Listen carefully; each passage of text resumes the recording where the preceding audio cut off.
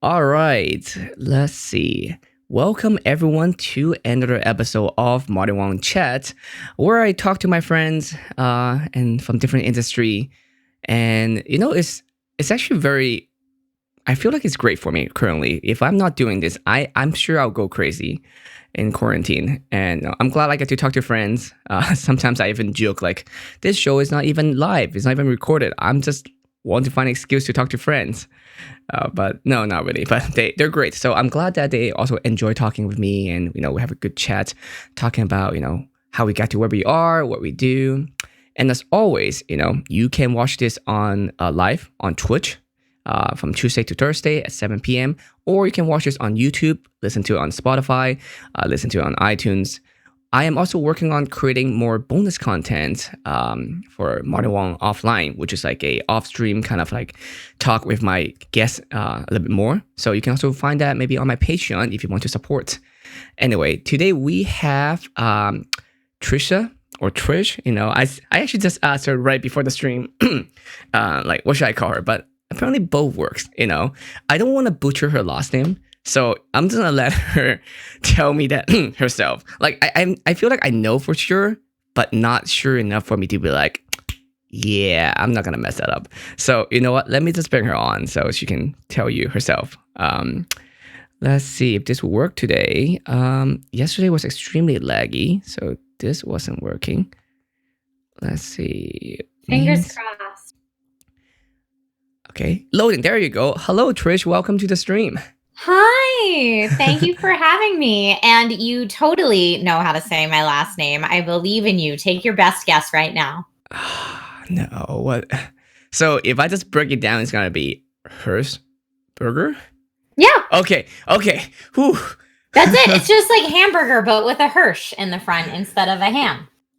Oh man, I feel like, do people get it wrong though? Not really. Not when they see it spelled. People get it. The only thing I've heard is sometimes people add an N in there where there's no N. Like people say Hershberger. There's no N. But no, for the most part, people get it right. It's just kind of a mouthful. Trisha Hershberger is like a total mouthful. That's true. In fact, when I first started auditioning for stuff before I was hosting, I had a talent manager tell me I needed to change my name and get a different stage name that was more simple and easy to pronounce. But I didn't do that. I ignored that advice. I thought about it too because, yesterday we talked about race and Hollywood and culture, all kinds of stuff. I mean, not just yesterday, but with different guests throughout the show. I thought about changing my last name as well too. So something that's easier. I mean, that is something that's very common for Asian actor and actress in Hollywood. I'm like, easier than Wong? I feel like that's pretty simple. I think it's not just easy. It's just like easier to get cast. I don't know. Like, yeah. But you know what? I'm not in that scene yet. So maybe I will. I don't know. Yeah, but do you want to be in that scene? I don't know. Oh, it just seems so hectic, and also it looks great. That's like, I mean, same as what we do. A lot of things that we do look great and look amazing and fun. But I know there's a lot of it behind the scene that's not as fun, and it could be very you take a huge toll on the mental health. So maybe. Totally. I don't know. Yeah. But when you order coffee, do you go by Trisha or Trish or either? I honestly don't know. I always tell people both is fine because I think when I introduce myself to people, I usually say Trisha. But my friends all call me Trish. And so I don't really hear the difference. Like whether people say Trisha or Trish, it's not like one of them is like, oh, I hate that. Like they're both totally perfectly acceptable. Because your handle is that girl Trish, right? Mm-hmm. There you go. I didn't even think about that. Yes, my handle. Yeah. So I'm like, is it like, it's like, no, my mother called me Trisha. You can only call me Trish. Like, that kind of situation. No. All right. So you, can you actually, I don't even know how to describe what you are because you have done so many things. I think most people have seen you from SourceFed. I think that's where it started. Yeah, I started my career on the internet, like really started it on SourceFed, which was back in, I think I started working with SourceFed in 2011 or 2012. And almost been a decade. Yeah, right. A long time. And so started making content with SourceFed. But before that, I had pursued just kind of more traditional television, film, and commercial acting. And I got my degree in theater. So I thought I was moving to LA to be an actor. But I had taken hosting classes before and some voiceover classes. And I was really just like, if I'm lucky enough to be one of the performers out here who gets paid, I don't really care what I do as long as it's not porn. As long as I get to keep my clothes on and it pays, totally fine. And so like I worked as the Hamburglar for a little while for McDonald's. Like no joke, I would take any job.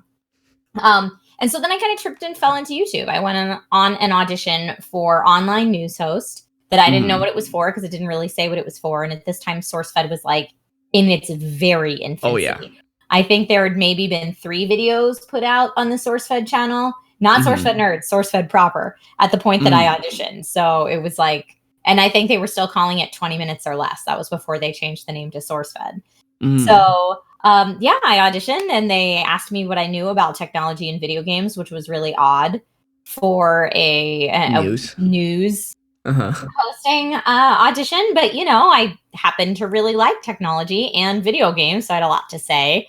And I ended up coming in part-time. And then when they brought me on full-time, then that's kind of where it all kicked off. And from there, I really realized that not only do I like hosting a lot, because some actors really love acting and they'll do hosting, but they don't really enjoy it. I learned that I really like hosting, and I also really like developing and producing content. And what I mean by that is when you host things for major television networks or major studios, a lot of times they write the script, and as the host, you read off the teleprompter. But in digital, and certainly what I did with SourceFed and pretty much every job I've ever had since, I write the script and then put it on teleprompter, or I'm improvising the whole thing, or, in various different ways. But normally I do a lot of the pre-production and a lot of the production aspects myself, which gives you some ownership to it. I mean, you as a content creator, Martin, you know that. You produce everything that you do. All my YouTube video, like... I spent a lot of time on it and lots of energy on it, and you have to do everything too. Even in one of my outtake on my recent YouTube video, I was like, "Oh my god, who wrote this?" Oh right, me. Oh yeah, this person wrote it. So because I had that experience then from SourceFed and SourceFed Nerd of doing so much of the production and development myself, then I had a very interesting kind of skill set that I had in my arsenal, with which to market myself, then not only as a host, but also as a producer to a lot of different outlets. So after SourceFed, I went on to work for The Escapist, Geek and Sundry, Comic-Con HQ, which was run by Lionsgate, Nerdist, Kingston. I'm trying to think who else. I've worked with so many. I've been so lucky to work with so many brands over the years. Currently, I work with Kingston, Newegg, Caffeine, and Fandom. Making consistent content and occasionally Amazon as well right now. But yeah, I mean, I've been really lucky to partner with some amazing brands over the years. And when I say partner with brands, I think when a lot of content creators say partner with brands, everybody thinks like influencer work, hashtag ad, hashtag sponsor, but that's not what I mean. I mean, like working with brands that maybe have an idea that they want content on their channel, but they're not really sure what that looks like, to say, well, in my experience, here's what I've learned can help grow a channel. And here's kind of the direction you want to go. So it's almost consulting mixed with producing, mixed with hosting. And so you're right. It is very hard to describe kind of this wild west digital career, because everybody's digital career, I think, is very different. I have a lot of friends like yourself, Martin, who work in this space, and we've all kind of carved it out a little bit differently to play up our own strengths, because really the brand that you're marketing and the product you're marketing is yourself. So you have to figure out what you're really good at and then sell that and hope people want to pay money for it. I think it's because the whole industry is keep on evolving so much, and a lot of us are doing it as pioneer. Like for me, at least I feel like I am, because many of the things that I do, I don't have an example to see someone who done a full cycle of what I'm doing and then retire, and then maybe their kids are doing it or something like that, because internet is not even that old for general public. So then we never know what is it like to be a content creator, to be a host, to be whatever we're doing, like it's very new. So we keep on evolving. And same for the brand. That's why companies, lots of them not sure what to do because people that do traditional marketing do not involve with what we do. Like even the business model, I feel like it's very different. For example, video games, there's a lot of video games now that make the most money are the ones who are not selling the games. It's free games, but they charge like microtransactions or other type of content. So it's very different. Like how do you know to market that in the old days? Like, here, give me $30, I'll give you a game or something like that, Right. But now it's like, no, come play our free game and keep marketing it and hoping people will play it and hoping they will spend money inside the free game. So and hoping they get addicted to it and then want to keep spending money. And the weird thing is that a lot of games where the microtransactions, like the free games, they don't even do, like mobile, yes, it does something, but in the more like console gaming or like PC games, they don't do anything other than like cosmetic. Yeah. Yeah, like League of Legends or Fortnite, I think. I personally like that a lot better. I don't believe in pay-to-win models. Yeah. It's very frustrating I to agree. play pay-to-win type of game. So aesthetic only, great. I feel like the person who's rich and they want to spend money, maybe that they would like that type better, pay to win. Because then you can just, use money. I've never been the rich kid, so maybe that's why I don't like pay to win. Exactly, same here. So I don't know. So it's very different. But hosting, I feel like it's kind of scary because a lot of hosting job gigs that you have done, they were live. Do you think it's difficult or do you think it's easy or like is there some advice for someone who want to do it? Again, everything I asked is like something I'm curious about, so that's why I wanted to know. Yeah, I would say take an improv class. Because I think that the reason that I like live content and live hosting so much more than I like pre-recorded is because I originally got my degree in theater. And that's what I set out to do for my career is I was like, I want to be a theater actor. And so you have that live audience there in the moment that you can feed off of and kind of play to. And not that everything's improvised in theater because it's certainly not, but every performance and every night's a little bit different based on your audience. And so, of course, I graduated with a 4-year degree in theater and then promptly wanted to kick myself in the head because no one wants to pay you to do theater, not certainly enough to live off of. So that was silly. So at that point is when I was like, oh, well, I guess I'll try TV, film, and commercial since people actually can get paid to do that and move down to LA. What do most people do who got theater degree? Like if they're not, of course, on a Broadway show or something. I mean, that's very rare. It's all Broadway and tours. You try to get booked on a tour and then you live on a tour for 9 months or a year or a year and a half or however long that tour runs, living out of a tour bus with your cast, traveling all over. And then when that tour ends, you try to get cast in another tour. Or, you could go, there's a lot of like seasonal summer Shakespeare festivals and stuff like that. And I hear that Canada and UK have a really good Shakespeare scene that might be like a residential theater that's there year round. But for the most part, it's the gig economy. Like the same gig economy we're working, except for with stage stuff. So you're constantly auditioning and for me, I feel like I can't do that. But then I'm like, I am doing that too. So right.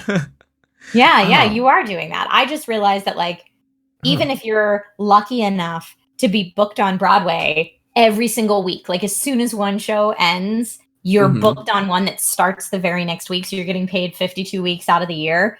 If you're just like Joe Schmo ensemble number 4, you are making a very mediocre, low to mediocre income. And that's on Broadway. So that's like the star that you're shooting for is like, hopefully one day you'll cast the main. Maybe I can pay my rent. So, that's kind of when I realized like, okay, so as much as I love acting, maybe that's not what I want to do. And kind of spun it into this weird career where I still get to perform. I still get to feel like I'm entertaining, but I also get to talk about the stuff that I love. Like, I can go guest on a show and talk about Spider-Man for 2 hours or Game of Thrones or, Lord of the Rings, whatever it is that I want to talk about. Just any of the stuff that like I naturally geek out about can become the subject matter of what I'm doing for a living. And before I had tripped and fallen into YouTube, as I like to say, with SourceFed, I didn't even know that was a possibility. I didn't know that was a thing. Like any audition I had for a hosting thing was like, what do you know about fashion? Tell us about celebrity gossip. And I was like, oh no, I don't know anything about that. And I would try to like bumble my way through it, but it wasn't good. Like I was like, I wouldn't have cast me from that. Or they're like, pitch us if you were going to do an episode based on what's hot in music right now, just improv what an intro to that show would look like. I don't know. It's not what I'm into. So, it's like, oh, I think for that, this was the most embarrassing audition. I think for that, I was like, okay, well, whatever kind of music I'm into. I think I like talked about the Baldur's Gate soundtrack and the Game of Thrones opening theme. And I think they were totally looking for like Billie Eilish and like pop, whatever. Justin Timberlake. And I top was like, 40. Sorry. But yeah, so I've managed to make this weird career where I get to talk about the stuff that I'm genuinely passionate about and also hopefully keep people entertained in the process. But it's really cool and I wouldn't trade it for the world. And you get to talk about geek and nerdy stuff, right? Like that's what you grew up with this whole time. Yeah, it's pretty awesome. So at SourceFed, I got kind of put into the kind of the tech divisions window, I should say, mostly because none of the other SourceFed hosts had any experience with tech. And I had been modding PCs since I was really young. And I had built my own PC by that point. And one of the day jobs that I had was marketing in IT for Samsung. So I was super well versed in it. But because of that, I felt like I kind of became known as like the tech girl, which is fine because I like tech. But a lot of people look at my career and are like, oh, like gadgets, that's what you do. And I'm like, sometimes I do gadgets, but I also do sci-fi and fantasy. And I also do Marvel and DC. And I also do lots of Dungeons and Dragons and a whole lot of video games. And so I'm not super set into one thing, which again makes it even harder to describe. It is. And I feel like every time, for me at least, every time I see different people, I have to describe myself differently. It's like, oh, what do you do? Well, it's like, it depends what do you do, because there are things that I feel like I say would make sense to that certain audience, but then it would not to different audience. And I do know both. So it's kind of like, tell me what you are before I can tell you what I am, so I can kind of give you a better understanding. Right. Like, would you say you're a photographer, you're a streamer, you're a content creator? So yeah, exactly. That's the hard part. Like if I am in the gaming scene or cosplay scene, it's easy to explain, oh yeah, I'm a photographer, I take photos. Right. A lot of cosplay photos as well, then they get that. But in the professional photographer scene, they will not understand what cosplay is. And it's even also shunned upon sometimes. So it's kind of interesting. Yeah. I know. I had someone hire me once and describe me as a professional cosplayer. And I was like, oh no, please don't. I am a hobbyist cosplayer. I am not a professional. I can point you to professionals who are much better than me. I just do it for funsy time. Yeah, it's very different. Like there's a professional space when it comes to cosplay, but also I also have a company where I work with influencer, content creator. So I work with companies similar to what you do, but instead of a show, we do marketing campaign as well to say, what do you need, and who's the best person I can support you with this project, this campaign, that kind of things. So that's why I used to go to conventions at least. Like I was planning this year, I was supposed to go to one every other week, but like on average, but now it's like, well, no, that's so sad, Martin. I know, I'm stuck at home and it sucks, and I'm an extreme extrovert, so I'm like, ugh. All right. I know someone in my chat told me that the LA mayor had said, maybe we won't even have any gatherings till 2021, and I was like, don't say that. I need E3 and Comic-Con and all my conventions back. Dude, have you heard that a Comic-Con is not doing it most likely, and they're gonna lose so much money? They're gonna not only is Comic-Con International gonna lose so much money, and everyone who's usually associated with it, but the city of San Diego makes like 70% of their income for the year that weekend, that Wednesday through Sunday of Comic-Con. I don't it's insane how much it's going to upend things economically to not have Comic-Con. Oh yeah, like I talk to lots of restaurant people during Comic-Con every year, and even when I first started going to Comic-Con, I was talking to them and I was surprised. They were telling me that's like, yeah, like this week, that whole Comic-Con week, make a huge percentage of their whole annual income from that Right. 1 week. Yeah. Yeah, But and not even just hotels and restaurants, which are kind of the obvious go-tos, but any business around there, because they all, for those of you printing who have not flyers with been to it. Comic-Con, they all completely transform their stores Mm-hmm. to be geared towards the Comic-Con audience. I'll never forget it. I saw a sign. I was walking past a beauty salon, and I think the sign out on the sidewalk said, "Looking for some Comic-Con nookie? Question mark. Better come in and wax that Wookiee." And I was like, Dang. hilarious. But like even the beauty salons were getting in on it, and they were like, "I got this. We are appealing to the fandom crowd." And I'll never forget it because it was just so funny. Yeah, it's just everything is catered for. And then I was talking to them too, like, oh, you guys must hate it. And they're like, no, we make a lot of money this week. So like, no, we're happy to have this happening. But yeah, like I think both Comic-Con, I mean, not both, but like Comic-Con and a bunch of conventions, events are supposed to happen at the convention center in the next few months at San Diego Comic-Con, San Diego, because it's not happening. I think it's such a huge chunk. It's like 2% of GDP from what I read just that week, which is ridiculous. It's ridiculous. So yeah, I mean, I guess I'm stuck at home for so much now. I'm kind of debating. It's like, I can also be working, be an essential worker or something, but I don't want to die. So I'm like, yeah. So yeah, don't overwork it. How are you keeping that work-life balance, Martin? Yeah, not really much. My sleep schedule is a mess, but I am making more content, which is this is weird because I'm actually more busy now than I was. Yep, a lot of digital creators are right now. And for me, who's someone who works with brands a lot, it's interesting because a lot of brands are thinking like, how do we keep in touch with our consumer base now that we've had to close all our retail and we can't do like major television commercial productions? And here's Jimmy Fallon doing a show from his house. How can we do that? And so they're coming to people like you and me who do that on the regular and say, hey, how can I do this? And can I pay you to do this, please? And help. Yeah, because it's something that they can't just throw money at anymore easily because they can't like, oh, let me hire a whole crew. Nobody can get close to each other, so they have to be like, can people that self-produce that have that capability, please, So I'm trying to talk to companies about that too, which is interesting. A lot of online campaign, and I wonder if that's gonna change how marketing a lot because of this. Like, would they learn a lot from this and then transition a little bit differently? I don't know. Well, and it's interesting too, because in terms of like more traditional influencer marketing, and I mean like pre-pandemic influencer marketing, some companies have completely pulled back and said like, we're not spending anything. I don't know how we're going to get through this.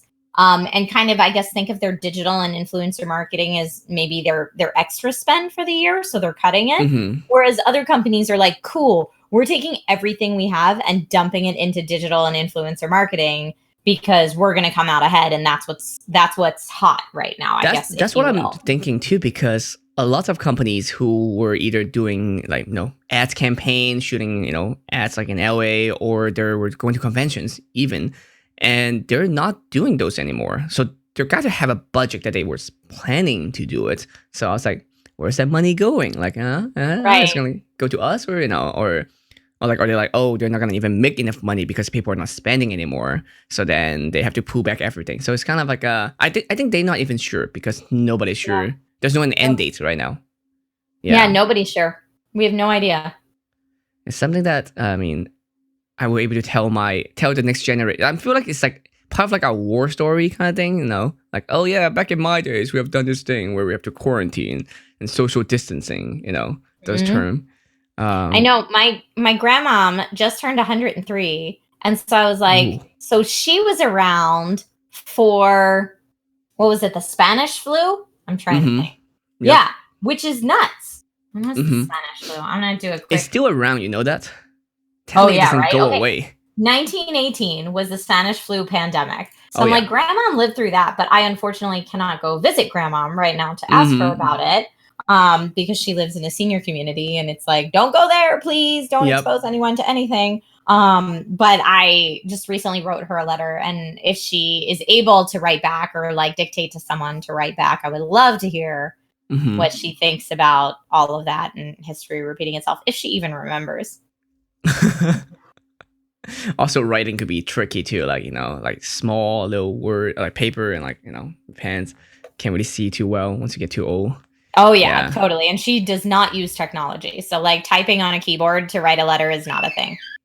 So you always know technology and all that stuff. And I remember, of course, going to school, you always have teacher, professor who don't understand how to use a projector or even like move the mouse away from the screen when playing a video or like how to change the volume. And like, and everyone in class, like, just move the mouse, move the freaking mouse. And, that kind of things. Like, do you think you would have that problem when you get older? Or do you think like, I'm going to be like tech cool for the rest of my life? Yeah. I mean, I think we all will to some degree. And I say that I'll use TikTok as an example. Like I looked at TikTok and I was like, I'm not doing that. Too old for I mean, that. the audience user base for it is so young. And a lot of it is silly dances and kind of music lip syncing and that kind of stuff. Which isn't really the kind of content that I do.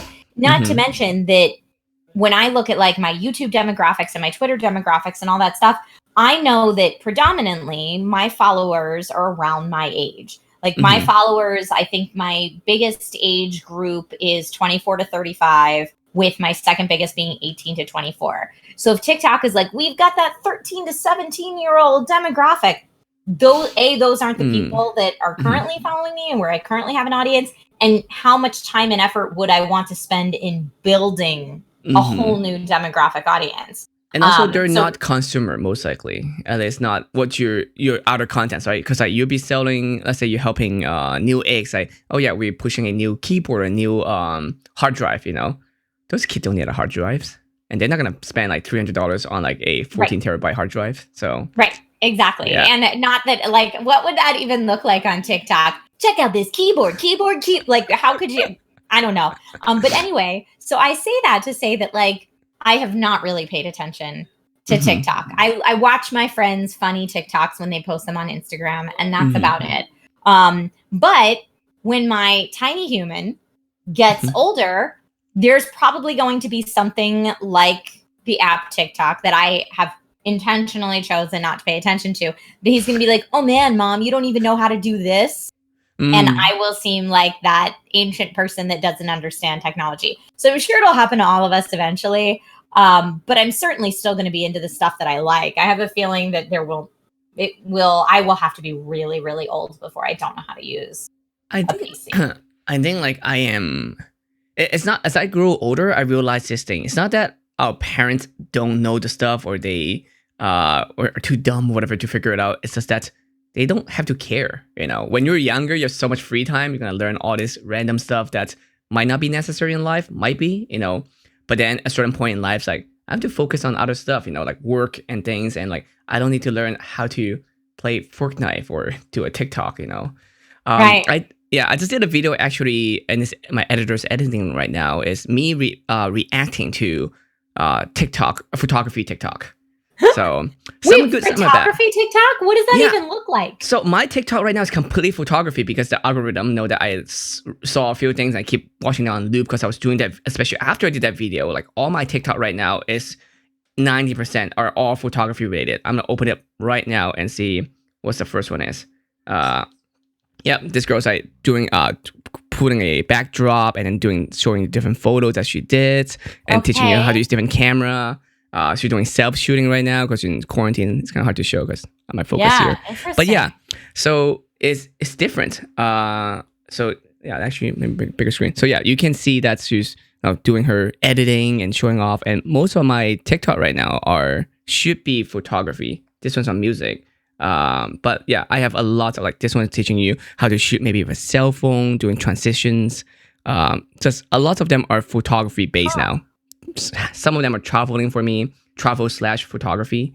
So it's very well, now's different. the time for you to be giving that information too, Oh because yeah. so many people are looking to that used to hire photographers now have to shoot themselves at home and are looking for precisely those skills.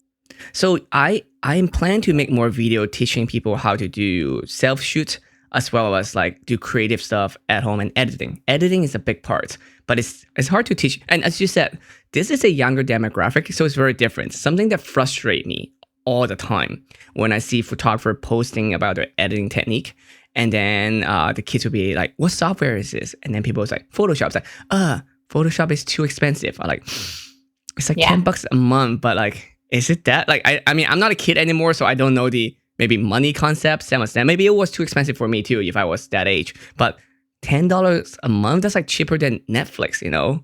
I think the hard thing for that demographic, like if I remember, I don't think I even was allowed to have my first debit card until I went to college. So 17. So before that, you don't even have a credit card, really. Same. I mean, maybe kids nowadays do, but I certainly didn't. So to, use something like Adobe, where you need to put in a credit card information to pay that $10 a month, might seem very overwhelming if you have to ask your parents for their credit card. You know what I mean? That's true. I don't know if it's different now because like they grew up with the internet. We didn't. Like having an internet account, having credit card because everything have to buy online. It's like I still don't like buying clothes online. Maybe I'll buy some from Wish because I feel like, it's hit or miss kind of situation. If I get it, great. If it's good, great. If it's not, I lose like $10. Whatever. It's nothing. Right. If it's not, it was like $2. So we're good. I will not buy a pair of shoes that is like $200, $100, whatever, and then like I get it, it's like I don't like it. It doesn't feel good, because you have to try it on. Clothing, I feel like it's everyone's very unique. Like my body is very different than someone else, so especially buying clothes for me is still difficult in America, because I'm more of Asian body type. So it's like I'm more skinny and lengthy in certain ways. So my pants are usually not long enough, or they'll be too loose, on the waist. So it's one or the other. So it's hard to buy clothing, and I wouldn't do it online. But maybe kids are different. I don't know. No, it's hard to buy online. I agree. I'm very short. And so I didn't realize until this past January that if I can find something in Asian sizing, it fits me a lot better. I was at CES and the brand Zotac, which makes some really great mini PCs and graphics cards. They gave me, like, as a thank you for coming by the booth, they gave me a jacket, and they were like, you probably want like a medium or large because it's Asian sizing. And then I was like, okay. And I tried on the medium and it was like super huge. And I tried on the small and I was like, this fits perfectly. And so from then on, I realized that's what I need to try to find in my online shopping. For a second, I was worried. I thought you were going to say, yeah, until like this January, I didn't realize I was short. What? No, I've always known that I'm hobbit sized in real life. And that's but you don't look short though. Like in all your photos and all the videos, people assume you're very tall. Yeah. Thank you. That's all angles. Yeah. And in videos, I usually have to stand on something to look normal size with the rest of the set or co-hosts. But I'm just under 5'1". So like the doctors told my parents I would never hit 5 foot, and I just hit it. I didn't quite get to 5'1", but I'm between 5 foot nothing and 5'1". So I hit that 5 foot mark. Yay! But I'm pretty tiny. Like I think Robert Downey Jr. is also short compared to his other stars, like especially in Avengers. So there's some photos that you see behind the scenes. He will be wearing platforms in Avengers. It's hilarious, yeah. Funny. Like, because from from close up, you can't tell because they don't show the feet, but they have them behind the scene where he's like holding a briefcase in a suit, like a 3-piece suit, look very nice. But then he has this like 4 or 5 inch platforms. So they look like those Gothic kid that has like giant tall platforms. Like, oh, cool. So I need those. Yeah. I need those for my everyday life, I think. So I feel like, I don't feel so bad about myself now. But I've been working out a lot recently because I'm in quarantine. So good for you. I see. It's excessive, and it's weird because like I can't go to the gym anymore. So might as well use that energy at home. But I am so tired out because I don't get to see people. I get recharged by seeing people at conventions. And then it's actually tiring me out staying at home at all time. Yeah. So it's very different. It's why I've been streaming so much. because that's like my way to connect with everybody else. So to anyone who's watching the stream right now, who are people who are part of the Dragon Rider Army on Twitch, on my Twitch channel, thank you, because you are all making this more bearable for me. Good. Yeah, I try to stream more too. I try to stream every day if I can. How long have you been streaming? Since let's see, I think my longest subs on my channel that subbed when I first started it, 64 months. Wow. So yeah, so over 5 years. That's a long time. It is a long time. And I love it. But I mean, I never really made it my full-time thing. It was always like, I was at SourceFed 5 days a week. And then maybe if I had some free time on the weekend that I wasn't trying to make content for my personal YouTube channel, maybe I would stream. So it was always kind of this, if I have extra time for fun hobby, until probably the last 2 years, I really started making it more of a priority. Not that it wasn't a priority before. It was just, my jobs that paid the bills had to take priority at that time. But yeah, Twitch is now something that I have found that is my me time. It's what I genuinely enjoy to unwind. So I make time for it now. Like, I'll do whatever my hosting job is during the day or whatnot. And then I will stream at night to like unwind, or I'll stream midday when my tiny human is napping or something like that, which is what I've had to do during quarantine, because both my husband and I are working all day. And we are both expected, if you're being paid for a day of work, that you should be working from 9 to 5 or whatever your hours are. But there's no way for us to get childcare for a 3-year-old because all the schools are closed and you can't have a babysitter come to your house because everyone's sheltering in place. Yeah. So, it's like you're taking meetings while you're trying to be like, okay, that's really interesting. Mommy will get you a cookie in a hot second.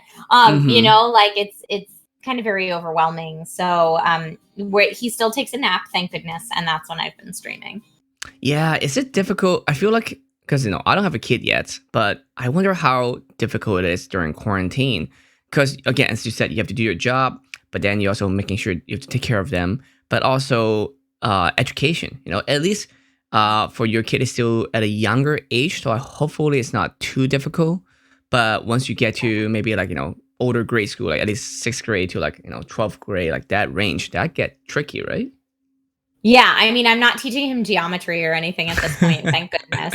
I forgot most of it. I'm still trying to keep him on a schedule, on a homeschool type schedule, because he had just entered the preschool class at his daycare. So, he's learning. He knows his letters and he knows his numbers and he knows his colors, but now he's learning things like we'll watch a video on the different planets and see if he can remember the name of the planets and like pretty basic stuff like that. Like that would be science class, is learning the names of the planets, or like Pluto we had a day where we talked all about gravity and we just went around all day dropping things. So very, very simplistic lessons, but still, trying. It's basically like I always said in any of my vlogs or anything since I made a tiny human, that being a stay-at-home parent is one of the hardest jobs in the entire world. And I very quickly realized that it's more than I'm cut out for. It's so difficult because it's so selfless, and it is 24 hours a day, 7 days a week, with no breaks. Yeah. You don't clock out. And not only is it hard work, but it's hard emotionally and mentally. And it's just very, very taxing on a lot of different levels. So for me, I kind of realized I like my career job as well. And my career job feels like a break, and a much needed break and time out from the stay-at-home parent job. So for me, I need that work-life balance to feel fulfilled. But hats off to any stay-at-home parents that are watching this, because it is you have to be so strong to do it. And now in this time of quarantine, everyone who is still working a job is being asked to tack on the job of being a stay-at-home parent on top of that. So it's like my husband and I are actually sharing 3 jobs right now, is what it feels like, and trying our best to juggle between them. So what's been working pretty well so far is we sit down every night the night before and say, okay, when are all of your necessary Zoom meetings that you can't move around? Great. Mm-hmm. When are all of mine? And we chart out the day of who's going to take what shift when so that we can make it to all of our necessary things on time. But it makes me do things where I'm like, this is an online interview that I've had scheduled in the books for weeks. And here I am like the day before at the end of the business day having to reschedule it because something came up parenting wise. Yeah. So it to me, like the professional in me is like, oh my goodness, that's so unreliable. But everybody's doing it. It is what it is right now. I have no other option. Yeah. And you, as you said, you can't be like 9 to 5 for, as a home parents. You can't be like, yep, it's 5 o'clock, kids. I'm out. Good luck. Yeah. You on yourself, man. But yeah, no, it's speaking of gravity, that reminded me, I watched a video on, this really sidetrack, random notes, but I saw a video on YouTube. I think was it Wired? I forgot which publication did it, but they have a NASA astronaut explaining gravity to like a grade school kid, all the way to like a PhD and to like different level, like 5 different level of explaining what gravity is. Cute. And I thought I know gravity. I don't know jack. I don't know anything about gravity until I and then I watched actually the show on the movie, what's that, Interstellar again. And then I dive into quantum theory and a bunch of stuff for like 3 hours. Like, oh no, I don't know anything. Like, and I like even random stuff like you would think like a moon is like what the moon is orbiting around the planet, but it's not exactly the center of the planet from Earth. I forgot what's the word for it. It's a bay something. So it's actually more like of the weird curve around the Earth, not just right in the center, and same as us around the sun. So anyway, random notes. That's really sidetracked. That doesn't really have to do anything with this. So, but yeah, I think it would be too much for me to handle work and kids and. It's a lot. I mean, like you said, you slept in pretty late today, right? Oh, yeah. And for me, that's not an option. I am up every morning at 6:30 because he is up every morning at 6:30.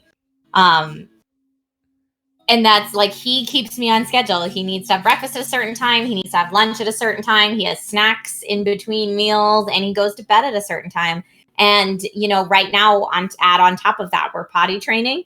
Mm-hmm. So now we're also trying to make sure that we remind for appropriate potty breaks when potty breaks need to happen and that kind of thing. So it's like, even if he gets up at 6:30, like where before he used to be able to like read in his bed a little bit or like play in his bed a little bit, now we can't let him do that at all because then we'll wake up to a wet bed potentially, So we need to be really on it for him. And really, when looking at the 3 jobs that we have, he is our most important job.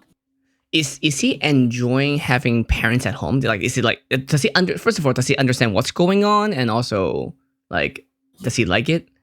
I don't think he understands what's going on, really. I mean, he knows that swim class is closed. So even though he normally has swim class on Saturdays, swim class is closed. And he knows that school is at home right now. We have school at home, so he can't go to school. And he knows that, he used to go and hang out with his friends for play dates. And he knows now he calls his friends. So he's kind of settling into this new normal. We haven't really talked about why any of that stuff has happened. He's not in the why phase yet. He just accepts what we say. And overall, he is, I think, really loving having mommy and daddy home with him all the time. So he's loving all the extra parent time. And we'll see. Man. I kind of dread I kind of envy that life. I kind of envy him. It's like, you know what? Life is like this. It's a little bit different, but I enjoy it. I can do it. Like, I wish life's like that. Don't question it. Just enjoy it. Yeah, we had a whole day where we learned about germs.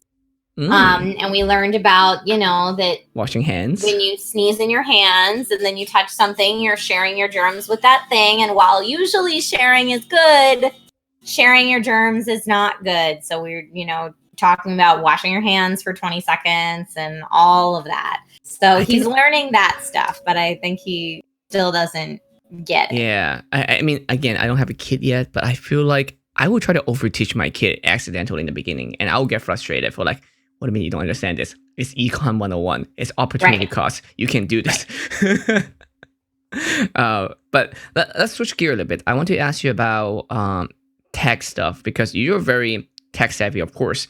So how often do you have to keep updated with information, and how hard is to keep updated because things keep changing? And do people question you of your knowledge a lot, especially since you're like, a woman in the industry, and you're more camera facing, like all this stuff. Like this is something I'm interested like knowing, like how's that like for you?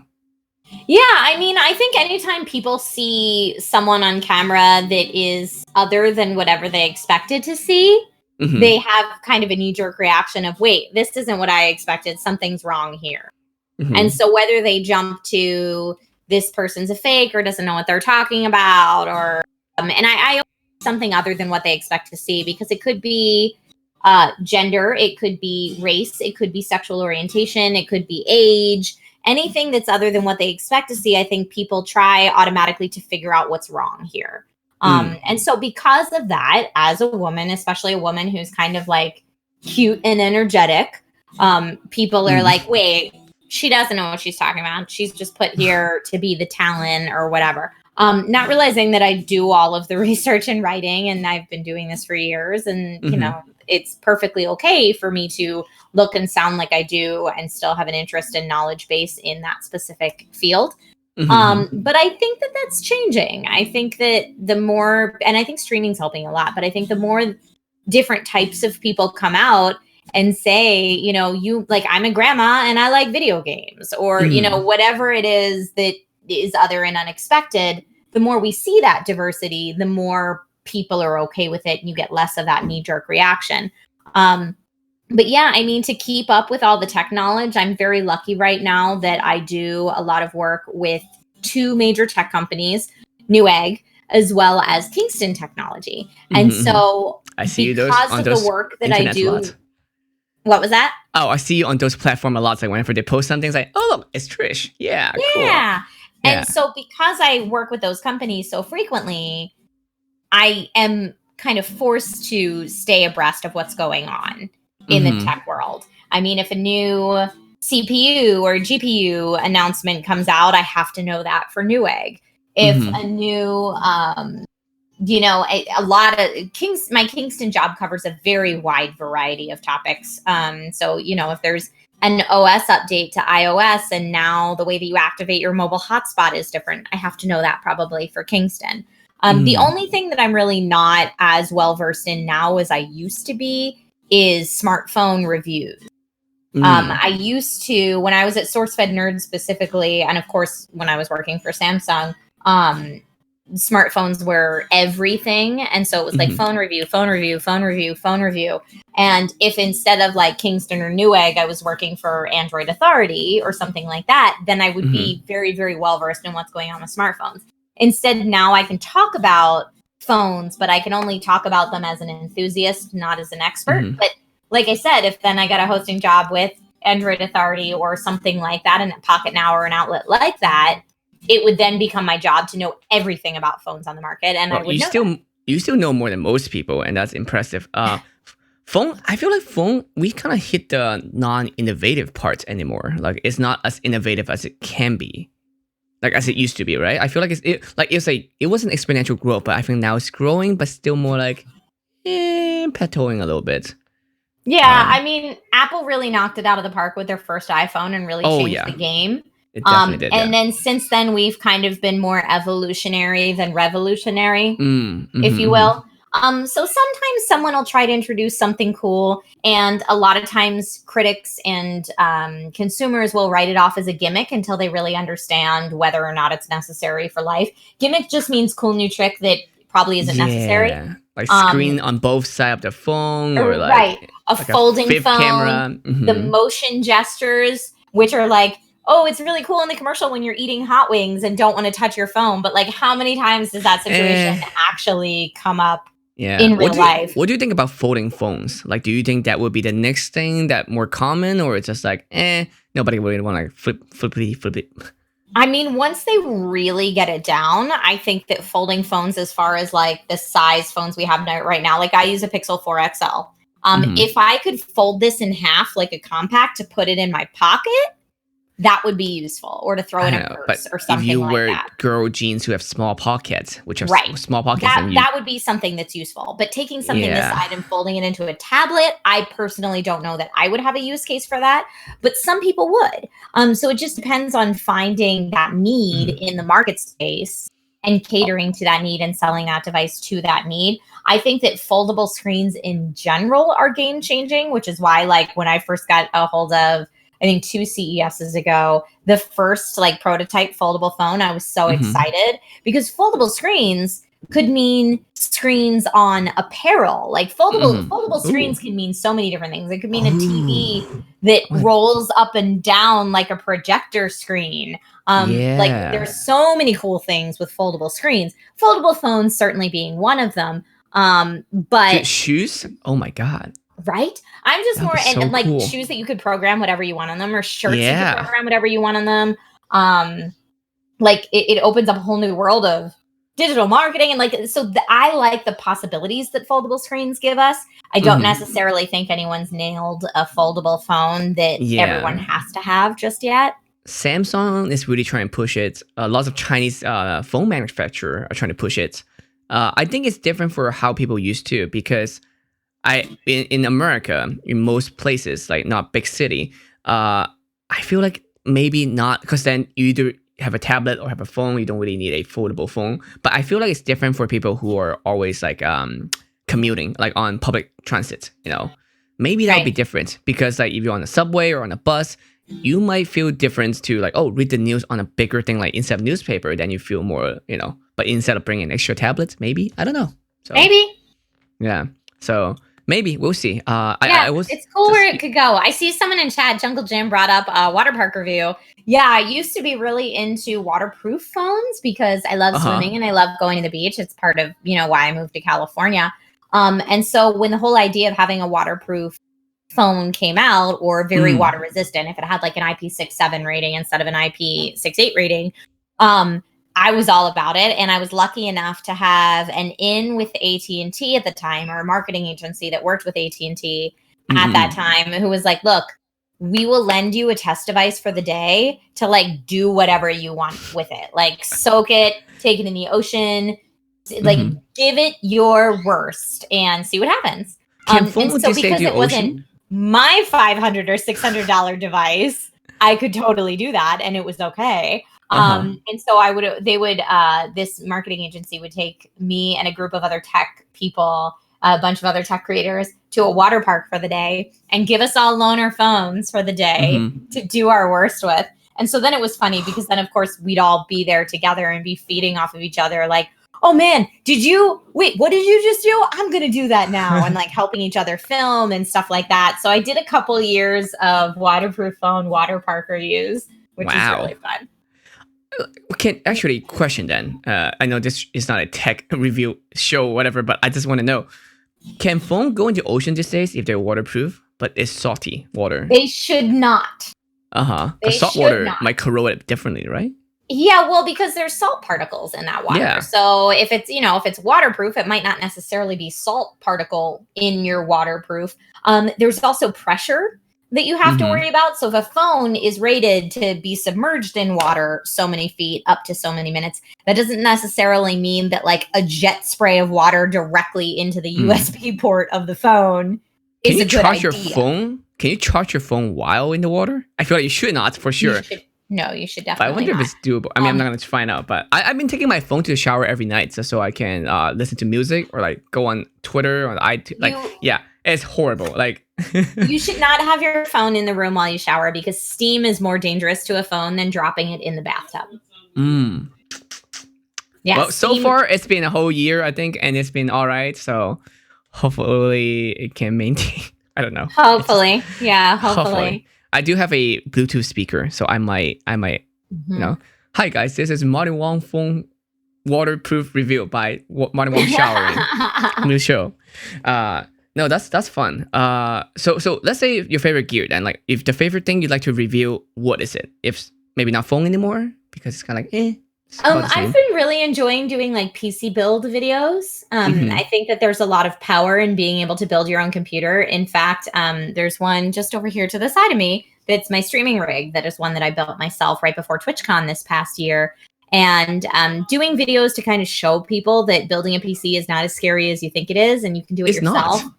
Yeah. I love that because you're also helping people save money. And right now, I think a lot of people who are just entering the professional world or maybe very early in their career can't necessarily afford a super high-powered PC that's already built, but might be able to afford one if they build it themselves. So I built mine, and this computer has been going on for 10 years. Like, I have upgrade for parts. And again, thank you for Kingston as well. Like, I have upgraded different parts with it, RAMs and stuff. But my CPU and motherboard is 10 years old and it's still running. And I still do Photoshop every day with it. So, yeah. And it's not that difficult too. Especially now, there's so much resources. But even back then, like I remember, my dad was teaching me too. And it's like, if it doesn't fit, I mean, it doesn't go there, There's a few chances you can get the wrong thing plug in, but it's hard. It's not, it's not going to blow up, So it's a bit different. Yeah.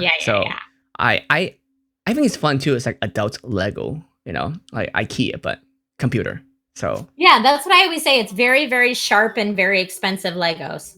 Yeah. Yep. But it's so much. There's so much resources now. But again, I'm also kind of outdated. I remember when solid state drive first came out, my mind was blown because like now I can turn on my computer and it'll be on in like 15 seconds. Yeah. Before I had to go get a coffee, make breakfast, and come back. It's like, oh, it's about to turn on. It takes a while. I remember those days.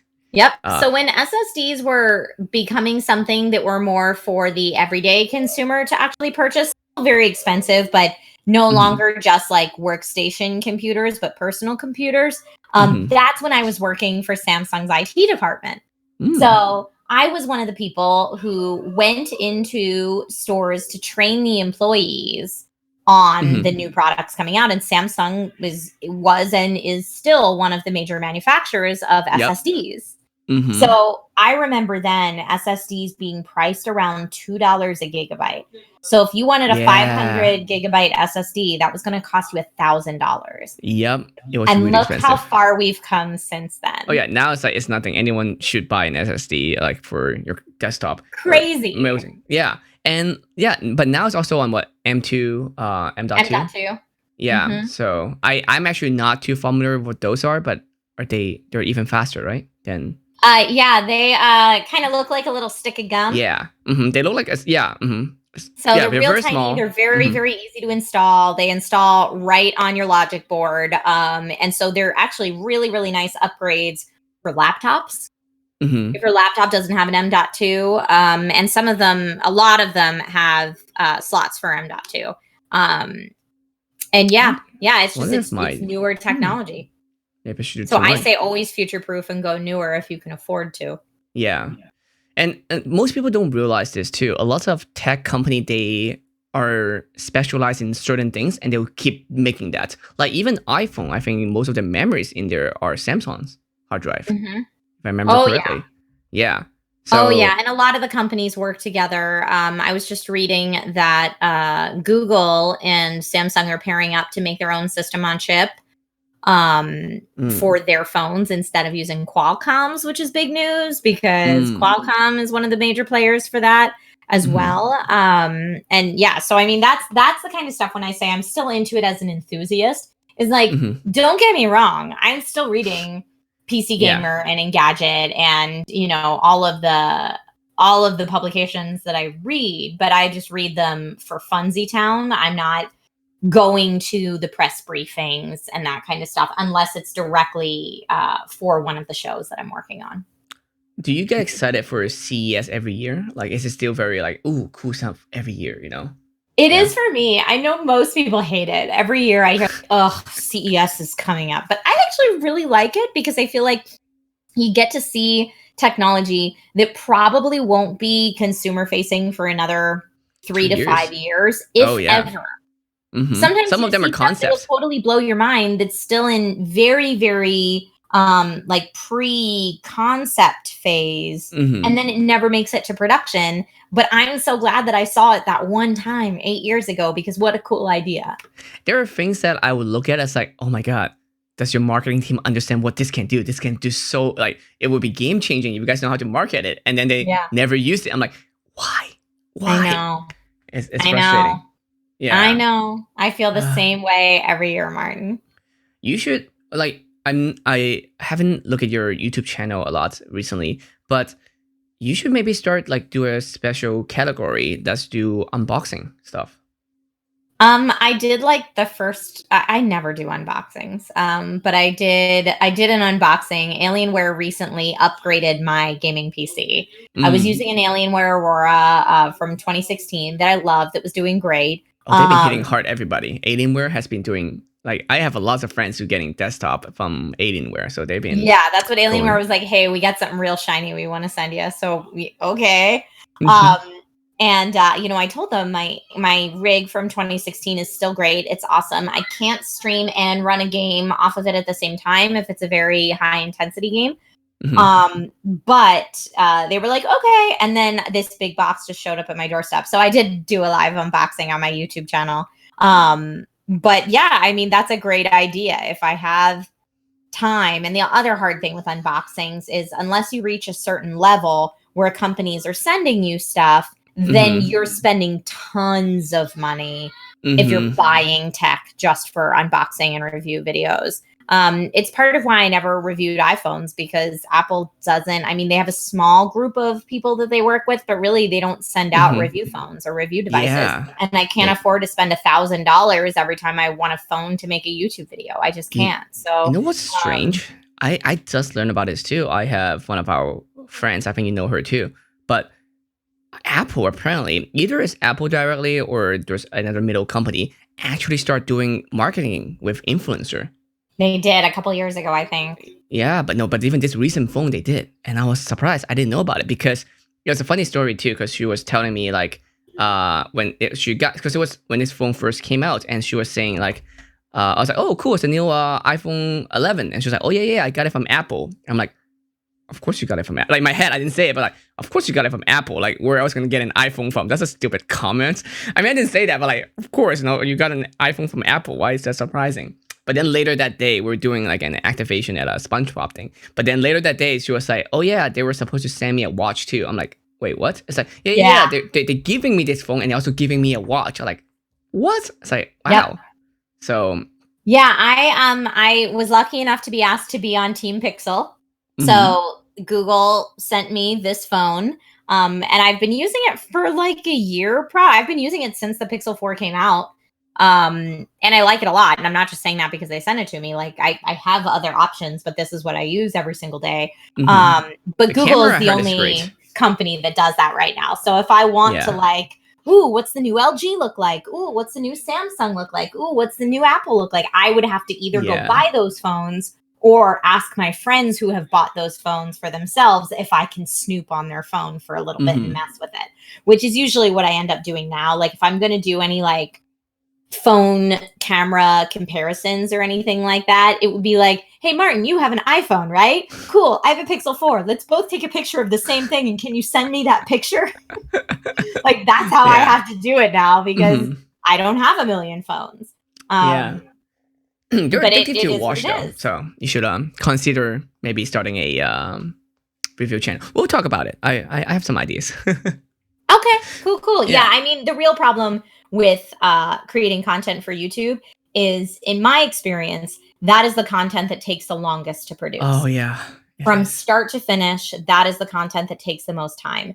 And time is just not something I have right now. Yeah. So that's why over the years, I have really moved from pre-recorded content on YouTube, on my YouTube channel, to live streams. Even the content I put on my YouTube channel now is almost all live streams because I just don't have the time. You would think YouTube would take less time because like you can plan however you want, or but here's the problem with YouTube. I learned is that you can't really mess up, because if you mess up, it's really strange because it's supposed to be pre-recorded. Then you'll be like, do they know what they're talking about? Because it's pre-recorded, they could say whatever they want and then they change it if they messed up. And then that's the problem in my videos too, is that if I'm talking about photography stuff or like equipment when it comes to camera, but if I get something wrong, it'd be so strange for me to even correct myself on the spot. So I have to record it again. Yeah. Right. Yeah. So not only is it reshoots, like you just mentioned, but it's also, since major brands and major studios have gotten into the YouTube game, Mm-hmm. now you're being compared production quality wise to like Saturday Night Live Mm-hmm. or NBC's channel, or like, for example, the shows that I do with Kingston, there was a team of about 12 people that work on that show. So you only see Mm-hmm. me as the host. I write the scripts and then I come in and host the show. But there's all these other people behind the scenes to make sure the lighting's great, the camera work is awesome and on point, the audio sounds great, the social media for it and everything is perfect. And so then I'll get people that'll find my YouTube channel after seeing the DIY videos with Kingston and see something like I just filmed here in my home studio or in my living room or something and say, oh, I was used to the way that your videos looked and sounded from these videos. And it's Mm-hmm. very Yep. hard to communicate. That's like 13 people Oh and yeah. thousands of dollars. That's why that looks the way that it does. When I'm doing it by myself, it doesn't necessarily look that polished. But I think because everything on YouTube is free, it makes it a Mm-hmm. very even playing field where people have then come to expect that level of quality. So Mm-hmm. for me, I have no problem reshooting or making sure that everything I say is on point. For me, the comments that I'll get are like, "Oh, your audio messed up at this," or Audio is hard. your transition wasn't as cool as it could have been here, or why did you use that basic font when you could have used this other thing? And it's like, because That's I'm doing it by myself and I didn't have time. That like mm-hmm. that's the real answer. So it's Yep. much more fun for me to do Mm-hmm. something like this where we're just talking. Like I can just get Talk everything about set up things. ahead of time so it's more pre-production than Mm-hmm. post-production, and then go live and have a great time. And when I'm done being live, And then you're done. I'm done. Yeah. Like Yeah. you I do that show with Stella before quarantine happened, but like you've been to that that room too, right? Where cuz you were on the show with what's your name? But you know what the one with the background, the walls are screens for caffeine as well. Yeah, Naomi Kyle's Naomi, show. yeah. So that room, it's like same thing. The show I do with Stella, it's like, oh yeah, it looks great, people will love it, but it's a whole team, and even Right. those that wall that we have, each square, it's like 10 grand, and it's the Oh, of whole course. wall. Yeah. Ooh, one time I walk in, I forgot. I don't know who did it before our show, but they broke part of the screen. I think they ram a chair against it. Yeah. So yeah, there was an episode where like it's like that is like 20 grand right there. Cool. Yeah. Cool, great. Yes. Yeah. Oh man. I kind of want to watch. I wish I'm not sure if there's like video of like that happen. I want to see that happen. And just like, ooh, no. Ugh. Yeah, as long as you're not the one that has to pay for the damages, of course. But Mm-hmm. even then going live on YouTube, even after you're done going live on YouTube, you still have to Photoshop a thumbnail, put in all your Oh SEO yeah. tags. Like there's still work that goes into a live stream on YouTube. So in my opinion, unless you're like one of the top YouTube performers, Mm-hmm. it's very difficult to see the reasoning behind putting the time into YouTube right now, because the return on investment just isn't It's as great so as it low. is on other platforms. It's why you see Yeah. a lot of people in quarantine saying, you know what, I'm going to do it on my Instagram live, because it's Mm-hmm. a lot easier than doing it on YouTube. It's strange though, because like some other platform, like as you said, Instagram Live, you don't really have the I wouldn't say you have high engagement, but you don't have the analytic as much. I feel like you have You're right. some, so it's kind of Yeah. weird combination of like which route you want to take. And yeah, and even like for me, like I have a team of editor that help me edit my videos. I still have to edit a lot of my own video as well on top of that, because they can't do everything, like because I am pushing so much content right now. So like even after this is done, I will have to edit this, where fix the audio, cut, making sure like where I want the video to be uploaded and all kind of stuff. It's just, oh my god, it's Yeah, LA. you are putting out so much content, Martin. You are goals right now. I couldn't do it. Trying. Yeah, I mean, like for me, so today I did a live stream in cosplay for my own channel, which was just like my little fun for me thing. Mm-hmm. Um, and then You I'm were a hanging out Tifa. with you tonight. But tomorrow I have to completely film 2 videos from my house for Newegg, which Mm-hmm. involve like recorded interviews with professionals from other companies, me recording gameplay, and send all of that footage to Newegg's editing team. And then Saturday, I have to record 2 videos for Kingston, again, from my house, with my own equipment, doing all the B-roll and everything, and then sending that off to Kingston's team. And then I think Sunday I have a little Instagram photo shoot that I have to do at home for a brand collaboration I have coming up. But all of these things are things that are kind of things that I prioritize because someone else is expecting the deliverable. So for my own personal channels that might not have as firm of a deadline, those things unfortunately end up taking a backseat. That's a good thing though, meaning like you have other stuff that can keep you busy and work, and it's a good thing. Like, I like for me, luckily is that I know photography, so me lighting wise it's easier. At least I can like light my room and like how I am easier. And it's with a lot of people, it's not that easy to get in because like you don't understand that you have to do videos, you have to do audios, you have to do all these things just so that you might get it to the same production quality. Like for me, I can press a button and then lights will turn on or they'll turn off. But for most people, they don't even have, like I have at least 8 lights here, and even that bluish background is another like really expensive lights I got from a company to get that kind of background. So as you said, the production quality from home base is so high now. So, yeah, well, it looks awesome, Martin. Thank you. I'm still working on it slowly, making it better. But we'll see how it goes. Anyway, this has been great. I've enjoyed every part of it. I've learned a lot, and I would love to talk to you more in the future too about how that world is like, the tech world, and all kinds of stuff that you do, because you do so many things.